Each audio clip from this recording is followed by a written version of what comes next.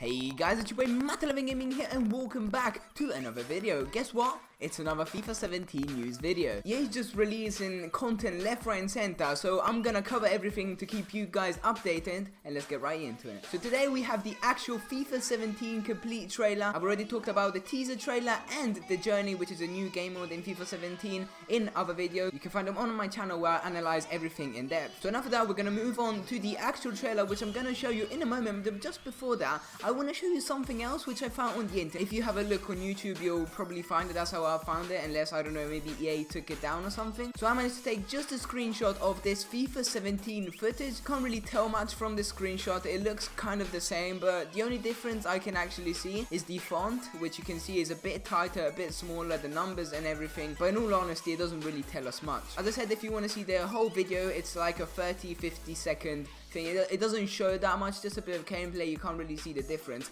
But yeah, other than that, let's get into the trailer.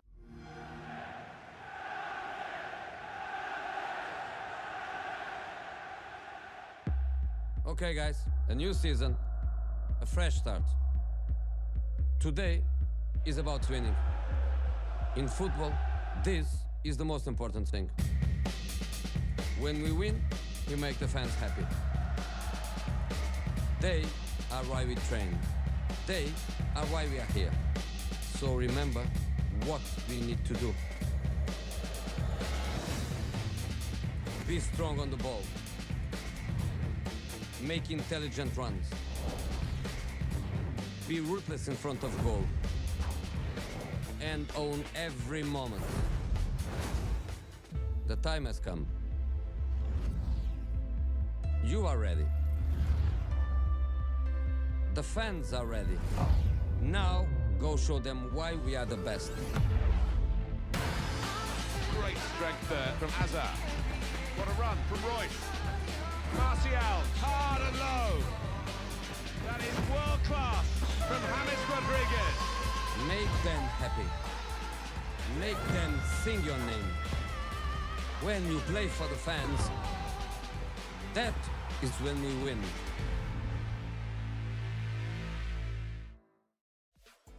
Like, it's kind of similar to every other trailer EA's ever done about FIFA. I mean, when was the last time they never talked about attacking intelligence? I swear that's always a topic every year. Let's get right into the first section, which is active intelligence system. The first thing is constant spatial analysis, and I didn't exactly understand this in the beginning. What I've understood is, for example, if one of your players is making a run, but let's say he's slightly behind, so you have to wait a couple of seconds before to send him through, your player that has the ball in his feet is going to take a couple of moments, maybe step to one side to allow his teammate actually the time to make this run so that he can ping it on top or anyway pass it to send him through. And I think that's kind of connected to our next topic, which is new run types. Apparently we have fake runs, stun runs and calling a player to show support. I don't really know what to make of this, so I'll leave it to your guys' imagination. If you have any thoughts that can be interesting, just leave it in the comments down below. Moving on, we have new attacking techniques. New option in attack to give players more ways to create chances and finish in front of goal. And this, to be honest, is kind of interesting if you ask me. First of all, we have driven finishes. Basically, this allows to keep the ball on the ground when we have finesse shots or even volleys. You used to hit a volley and you could adjust the direction, but not the height, right? And that can actually be quite interesting because, for example, shooting on the ground, it's quite hard for goalkeepers to save. Okay, now we have threaded through pass. Yeah, I kind of think we've already talked about this and there's nothing really major, so let's move on to driven goal kicks. Looks like they're going into driven shots this year. I guess it makes it more realistic. I don't see it being a game-changing thing. Maybe for a counter-attack that can be the case. From maybe an opponent's corner, you can just drill it quickly to maybe one of your strikers who's in a good position. Then we have downward headers. I don't know why this is not in the game yet. I mean, the first thing, if you've ever played football, your coach is gonna say when you hit a header is to hit it on the ground. I mean, it's kind of cool. In this section, they're just putting in things we've already had, but with new animations. Next thing, we have the physical part of things, which is probably the most important. Lately, in the past couple of years, 2 or 3 years,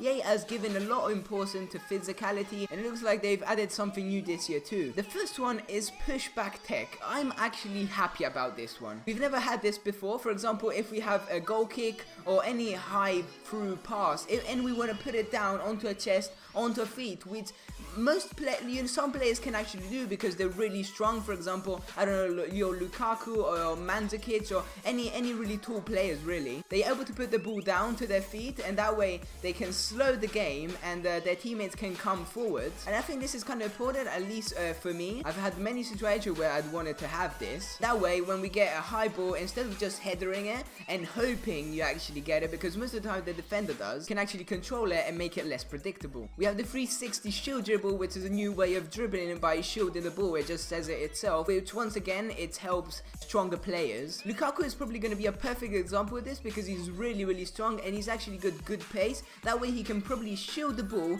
and then with a blist of pace you can get it past the defender. Then we have new physical interaction, which is a whole new bunch of animations when players get into contact. For this physical part, I just hope they fixed some important problems that were in FIFA 16, which I found really frustrating, where defenders would 90% of the time just you off the ball, especially when you're running. Even if it's a pacey player, physical was so important, and I just thought it was an advantage to defenders, and this did not allow a lot of creativity. I think it was a bit more orientated to the realistic side of things, which maybe EA have pushed a bit too far. So definitely I hope they've addressed that issue and made something about it. We then move on to the fourth and last topic for today's video, which is set piece rewrite. To be honest, for a fair amount of time, free kicks and set pieces have been the same. I mean, there's not really that much you can invent. Speaking about free kicks, EA say you can now deliver worldies like outside of the foot, direct free kicks to bend around the opposition. We saw it in the trailer, James Rodriguez, they're taking a different run up and hitting it with the outside of the foot. What I can see being important about this is that free kicks are being, as I said,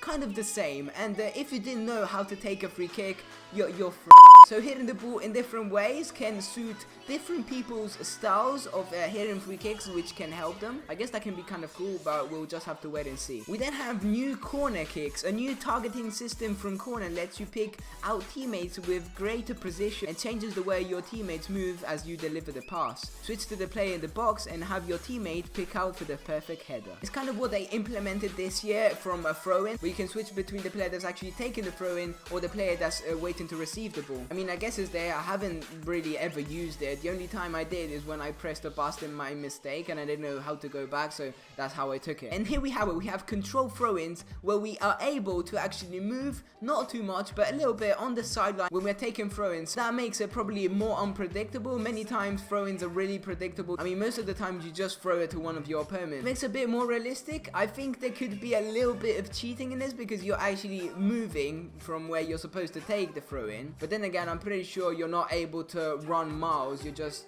kind of moving close to where you are. And last, we have new penalty kicks. Move freely in your run up on the ball, approach it from different angles at different speeds, and put some personality and penalties to take control from the spot. So now we'll be able to make different run ups, hit the ball in different ways, whereas before we just the only animation we had different to the regular penalty was to stop before hitting the ball, and that's it. Now that makes me think, will they have the Messi Suarez goal from the penalty kick? I doubt it, but you never know. To finish it off, we have something that I don't think many people have still understood. If you see my first video talking about the teaser trailer, I actually mentioned this about this customization kits and tracks and music and all of this kind of stuff, which was kind of strange because we didn't really understand. EA went out and tweeted that Zed, which I do not know who he is the first revealed artist of the FIFA 17 soundtrack. So at this point, I'm thinking this guy makes music, right? But then they go and tweet out a photo of this new customized kit by this guy. So I don't really get it. Are all the artists of the FIFA 17 soundtrack gonna get their own customized kit? I'm not sure, to be honest. If you know more than me about this topic, let me know in the comments down below. It'll be interesting to understand. Last quick fire news, we obviously have the FIFA 17 cover, which includes James Rodriguez, Hazard, Martial and Royce, if you didn't know already. I'm sure Messi will be really happy about that. And to finish off, we have the different editions of FIFA 17 which you can buy. We have the standard edition, the deluxe edition, which gives you more stuff, and the super deluxe edition. I mean, EA just exaggerates after a bit. They make super mega giant exploding firing packs. Now they're doing the same thing with editions of their games. I don't know if you've noticed, but one thing that all these editions have in common is the bloody custom kits by designers of FIFA soundtrack artists. I really do not know what this is. It's the only part of information I cannot give you and you can maybe give to me. Anyway guys, that's going to be the end end of the video. I hope you enjoyed. Make sure to leave a like if you did. Subscribe to keep updated to all the latest FIFA 17 content and news that will be coming out. Let me know what you think in the comments down below, and I'll catch you guys next time. I'm out. Bye.